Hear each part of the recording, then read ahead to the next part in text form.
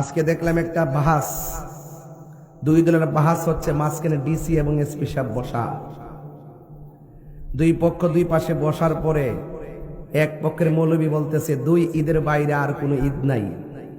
তখন সুন্নি জিজ্ঞেস করতেছে দুই ঈদ কোনটা কোনটা, আর ওই পক্ষের মৌলবী বলতেছে একটা হলো ঈদুল ফিতর আর একটা হলো ঈদুল আজহা, এর বাইরে নাকি কোনো ঈদ নাই। তা আমাদের পক্ষের ওরা বলতেছে না, এর বাইরেও ঈদ আছে।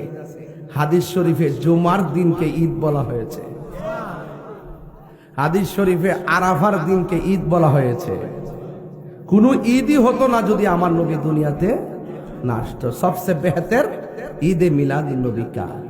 এজন্য যারা বিতর্ক করে তারা সাধারণ পাবলিকদেরকে ধোঁকা দিতে চায়, কিন্তু বুঝতে হবে সুন্নিরা সব সময় দলিলের জোরে কথা বলে, সুন্নিরা কখনো দালালির জোরে কথা বলে না। কারণ সুন্নিরা ভালো করে জানে যেই কবরে পৃথিবীর কেউ আপন হবে না, সেই কবরে আপন হবে রাহমাতুল লিল।